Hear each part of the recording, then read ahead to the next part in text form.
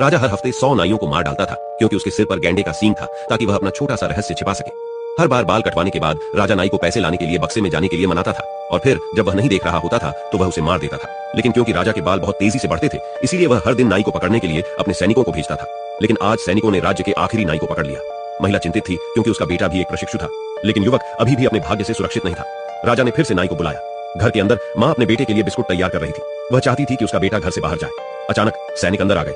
वे लड़के को राजा के बाल काटने के लिए ले जाना चाहते थे। इससे माँ बहुत दुखी हो गई। उसके पास अपने बेटे को स्कोन देने के अलावा कोई विकल्प नहीं था। उसने उसके बैग में उसका पसंदीदा ओबो भी रख दिया।